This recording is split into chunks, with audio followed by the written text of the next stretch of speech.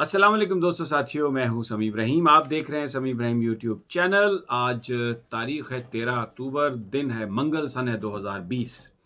بہت بڑی ایک ڈیولپنگ سٹوری ہے کہ پاکستان کو وہ تمام ثبوت مل گئے ہیں جو ثابت کرتے ہیں کہ بھارت پاکستان میں دہشت گردی کے لیے اس میں ملوث ہے۔ اس میں نہ صرف ملوث ہے بلکہ اس کے لیے وسائل فراہم کر رہا ہے، اس کے لیے پیسے فراہم کر رہا ہے، اور جو دہشت گردی کی بڑی وارداتیں ہوئی ہیں اس میں بھارت ملوث ہے۔ بڑا ثبوت پاکستان کے ہاتھ لگا ہے، اور ڈاکٹر موید یوسف نے یہ سارے ثبوت جو ہیں یہ پیش کر دیے ہیں ایک بھارتی ٹی وی کو انٹرویو دیتے ہوئے۔ بڑا مشہور ایک صحافی ہے بھارت کا، کرن تھاپر، اس کے ساتھ جو گفتگو ہوئی اس میں اس طریقے سے آئینہ دکھایا ڈاکٹر موید یوسف نے کہ جو کرن تھاپر ہے، جواب دینے کی، سوال کرنے کی اس میں سکت نہیں تھی، اور جو باڈی لینگویج اسے پتہ چل رہا تھا کہ جو بھارتی صحافی ہے وہ بھی یہ بات تسلیم کر رہا تھا کہ بالکل پاکستان جو ثبوت دے رہا ہے وہ درست ہے۔ اس کی میں تفصیل آپ کو بتاؤں گا۔ دوسری ہماری ڈومیسٹک جو پولیٹیکل سین میں جو ایک بڑی ڈیولپمنٹ ہے، محترمہ مریم نواز صاحبہ نے اس بات کی تصدیق کی ہے کہ نواز شریف صاحب کے راضی ہونے پر، ان کی بالکل آشیرواد سے اور ان کی رضامندی سے محترم شہباز شریف صاحب مذاکرات کرتے رہے پاکستانی اسٹیبلشمنٹ کے ساتھ، پاکستان کی فوج کے ساتھ، لیکن جب وہ اپنا ٹاسک، انہوں نے جو ان کو کام دیا گیا تھا یا جو انہوں نے وعدہ کیا تھا، جب وہ اس کو ڈیلیور نہیں کر سکے تو پھر اس کے بعد ان سے یہ ٹاسک واپس لیا گیا، اور اب شہباز شریف صاحب بالکل کسی طرح کی کوئی بھی ان کے پاس کوئی بھی کمانڈنگ پوزیشن اس طرح کی نہیں ہے ان معاملات پر، اور مریم نواز صاحبہ یہ کہہ رہی ہیں کہ 2 مہینے میں کچھ نہ کچھ صورتحال بن جائے گی۔ خواجہ آصف بھی یہی کہہ رہے ہیں، اور بھی بہت سارے لوگ۔ میں نے اپنی پچھلی ویڈیو میں آپ کو بتایا کہ کس طریقے سے عمران خان اور جنرل باجوہ کو لڑانے کے لیے ایک نیا بیانیہ دیا جا رہا ہے، لیکن اب شہباز شریف کو بھی زیرو کر دیا گیا، اور بیسیکلی کیا چاہ رہے ہیں، کیا ہونے جا رہا ہے، اس کی میں آپ کو تفصیل اسی ویڈیو میں دیتا ہوں، آگے چل کر میں آپ کو بتاتا ہوں۔ لیکن سب سے پہلے میں وہ جو بات ہے تھوڑی جو بھارت کے حوالے سے ہے، اس میں ڈاکٹر موید یوسف نے جو بات کہی ہے کرن تھاپر کو، اس میں انہوں نے یہ کہا ہے کہ جو مالی ثبوت ہے، جو مالی معاونت کی ہے دہشت گردوں کی بھارت نے، پاکستان کے پاس اس کا ثبوت ہے، اور اے پی ایس حملے کے جو ماسٹر مائنڈ تھے، جو پشاور میں جو اسکول پر حملہ ہوا تھا، آرمی پبلک اسکول پر، جس میں 100 سے زیادہ بچوں کی شہادتیں ہوئی تھیں، اور ایک طوفان اور کوہرام مچا تھا پاکستان میں، پوری قوم جو تھی وہ اشکبار تھی۔ وہ جو ماسٹر مائنڈ تھا وہ یہاں پر ٹیلی فون کے ذریعے بھارت سے، راہ سے ساری انسٹرکشنز لے رہا تھا، ہدایات لے رہا تھا، اور جو کالز ہیں ان کے ثبوت پاکستان کے پاس موجود ہیں۔ پھر صرف یہیں پر بات ختم نہیں ہوئی، جو کراچی میں جو سٹاک ایکسچینج پر حملہ ہوا، جو چائنیز قونصلیٹ کراچی میں اس پر جو حملہ ہوا، گوادر میں جو پی سی ہوٹل پر حملہ ہوا، ان تمام حملوں میں اس بات کے ثبوت موجود ہیں کہ بھارت اس میں ملوث تھا، اور بھارت کے ایما پر یہ سب کچھ کیا گیا۔ یہ میرے سامنے کاغذات پڑے ہوئے ہیں جس میں یہ بھی بتایا جا رہا ہے کہ افغانستان میں ٹی ٹی پی اور مختلف دہشت گرد تنظیموں کو آپس میں ضم کیا گیا، $10 لاکھ دیے گئے، اور راہ جو ہے نا وہ اس کی ساری سپرویژن کر رہا تھا۔ پھر اس کے علاوہ یہ بات میں نہیں کہہ رہا، ڈاکٹر موید یوسف نہیں کہہ رہے، یہ جو فورن پالیسی میگزین ہے اس نے کہا کہ جو داعش اور دوسری دہشت گرد تنظیمیں ہیں وہ پچھلے 3-4 سال سے وہ سرگرم عمل ہیں، اور بھارت ان کی معاونت کر رہا ہے۔ بھارت کے اندر جو انتہا پسند ہندو تنظیمیں ہیں، RSS، ان کے ساتھ ان کا تعلق ہے، اور یہ حملہ کرتے ہیں اور مختلف یہ وارداتیں کرتے ہیں جس کی بنا پر وہ جو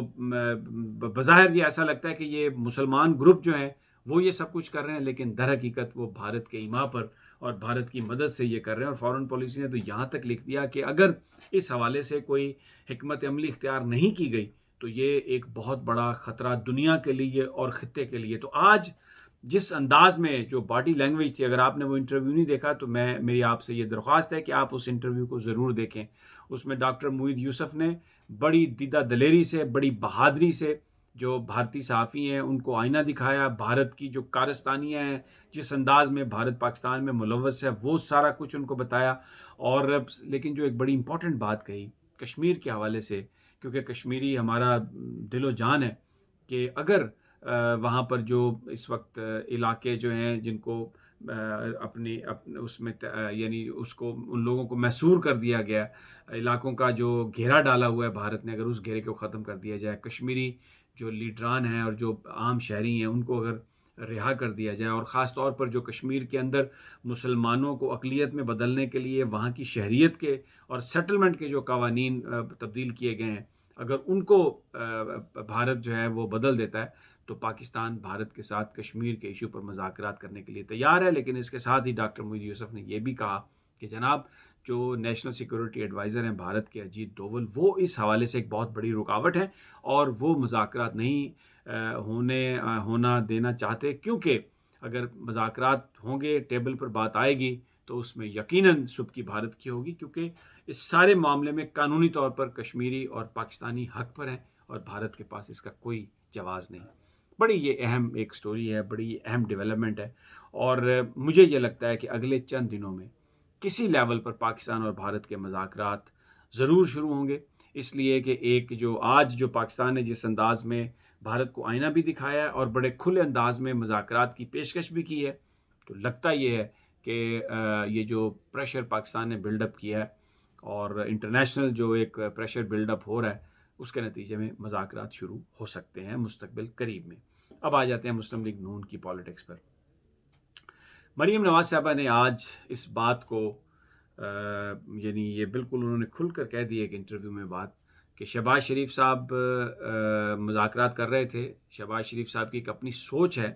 اور وہ جو اسٹیبلشمنٹ کے ساتھ جو معاملات ہیں ان کو اپنے انداز میں حل کرنا چاہتے تھے۔ نواز شریف صاحب نے ان کو اس بات کی اجازت دی اور انہوں نے اپنی کوششیں کیں، لیکن کیونکہ شہباز شریف صاحب ڈیلیور نہیں کر سکے، شہباز شریف صاحب کو کامیابی حاصل نہیں ہو سکی،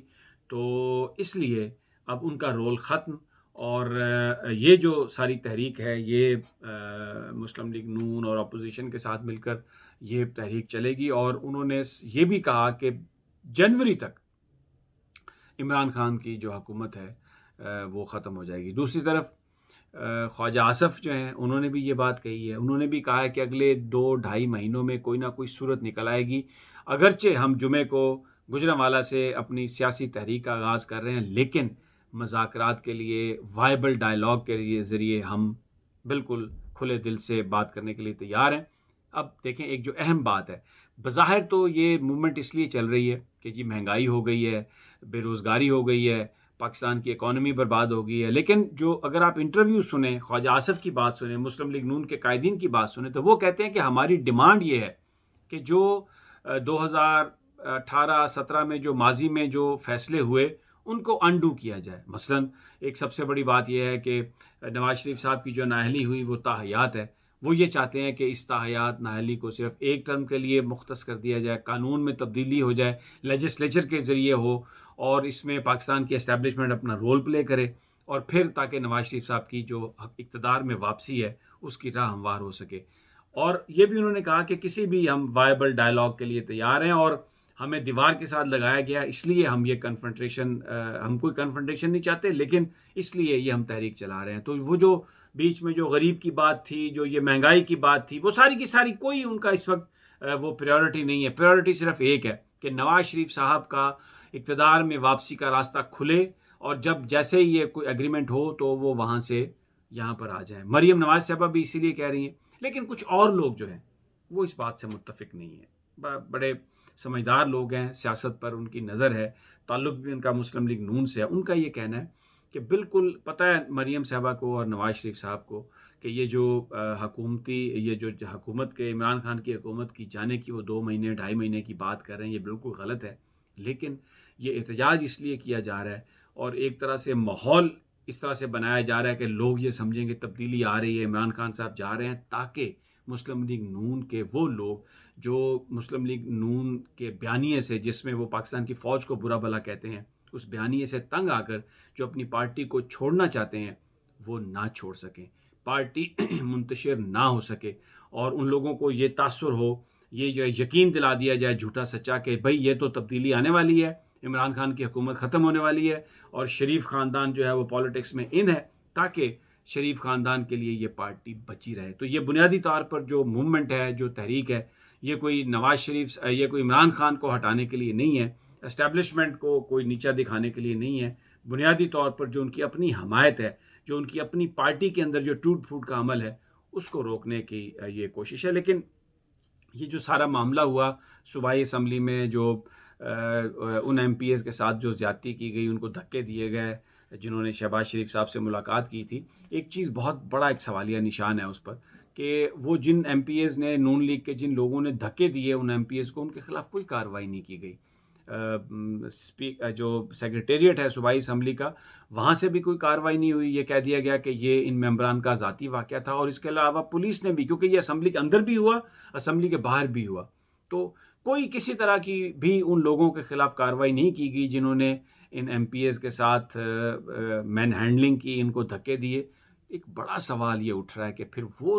بہت سارے ایم پی ایز جو نواز شریف صاحب کا یہ جو بیانیہ ہے، جس میں وہ فوج کو گالی نکال رہے ہیں، جس میں وہ عدلیہ کو گالی نکال رہے ہیں، اگر کچھ لوگ اس بیانیے سے تنگ آ کر اس پارٹی کو چھوڑنے کی بات کرتے ہیں یا اپنے آپ کو ڈس ایسوسیٹ کرتے ہیں، تو پھر ان کے ساتھ بھی غنڈہ گردی ہوگی. اور اگر ان کے ساتھ غنڈہ گردی ہوئی تو پھر کون ان کو بچائے گا؟ تو یہ جو جلیل احمد شرک پوری اور یہ جو ان لوگوں کا، مولانا غیاث الدین کا جو معاملہ ہوا، اس پر جو ہمیں کارروائی نظر نہیں آ رہی ان لوگوں کے خلاف جنہوں نے ان کے ساتھ زیادتی کی، ان کو دھکے دیے، تو اس سے ایک بڑا سوال یہ ہے کہ پھر وہ جو بہت سارے لوگ ہیں وہ کیوں کر اب آئیں گے مسلم لیگ نون کے یا نواز شریف صاحب کے اس بیانیے کے خلاف؟ کیونکہ اگر ان کی اپنی عزت محفوظ نہیں اپنی پارٹی کے ہاتھوں، تو پھر تو یہ بالکل اس حوالے سے کوئی پیش رفت نہیں ہو سکتی. دوستو، یہ تھا آج کی میری ابھی آپ کے ساتھ ویڈیو پر گفتگو. اگلی ویڈیو تک اجازت دیجیے. انشاءاللہ آپ کے ساتھ نئی خبروں اور تجزیوں کے ساتھ میں حاضر ہوں گا. لیکن جانے سے پہلے صرف ایک بات، اگر ابھی تک آپ نے میرے اس چینل کو سبسکرائب نہیں کیا تو اس کو سبسکرائب کر لیں، بیل آئیکن کو بھی کلک کر دیں تاکہ جیسے ہی میری نئی ویڈیو اپلوڈ ہو آپ تک اس کا نوٹیفیکیشن آ جائے. اپنا خیال رکھیے گا. انشاءاللہ بہت جلد آپ سے ملاقات ہوتی ہے. اللہ نگہبان.